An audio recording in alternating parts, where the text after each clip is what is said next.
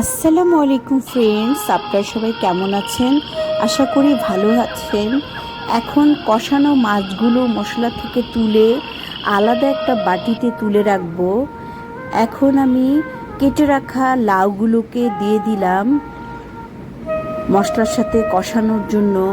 কিছুক্ষণ কষিয়ে তারপরে যখন লাউটা একটু আধা সেদ্ধ হয়ে আসবে তখন আমি মাছগুলো দিয়ে দিব এবং ভালো করে কষিয়ে নিব। হয়ে গেলে ধনেপাতা এবং কাঁচামরিচ দিয়ে নামিয়ে নিব।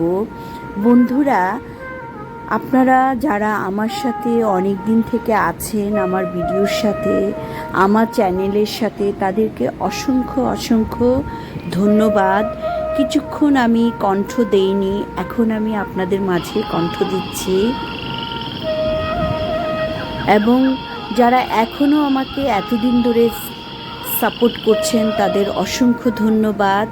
এখন আমি যেহেতু লাউটা আধা হয়ে গিয়েছে, এখন আমি কষানো মাথা কাটা ইলিশ মাছের পিসগুলো দিয়ে দিলাম। কিছুক্ষণ কষানোর পরেই হয়ে যাবে আমার এই মাথা কাটা দিয়ে লাউ রান্না। আসলে এই ইলিশ মাছের মাথা কাটা দিয়ে লাউ রান্নাটা এতই মজাদার হয়, আপনারা অনেকেই এটা রান্না করতে পারেন এবং রান্না করে খেয়েছেন। এভাবে খাবেন, দেখবেন কত সুস্বাদু ও কত মজাদার হয়। এখনও যারা আমার বন্ধুরা আমার সাথে আছেন কিন্তু এখনও আমাকে সাবস্ক্রাইব করেননি, তারা প্লিজ আমাকে সাবস্ক্রাইব করুন এবং আমার চ্যানেলের সাথে থাকুন। যদি আমার এই ভিডিওর কোনো একটা অংশ আপনাদের ভালো লেগে থাকে তাহলে প্লিজ আমার ভিডিওটা শেয়ার দিন।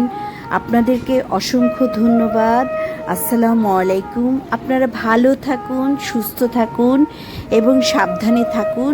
আমার চ্যানেলের সাথে থাকুন, আমার পাশে থাকুন এবং ফেসবুকে আমার একটি পেজ আছে ইতিরঙ্ক, সবাই আমাকে একটা ফলো এবং একটা লাইক দিয়ে দিবেন।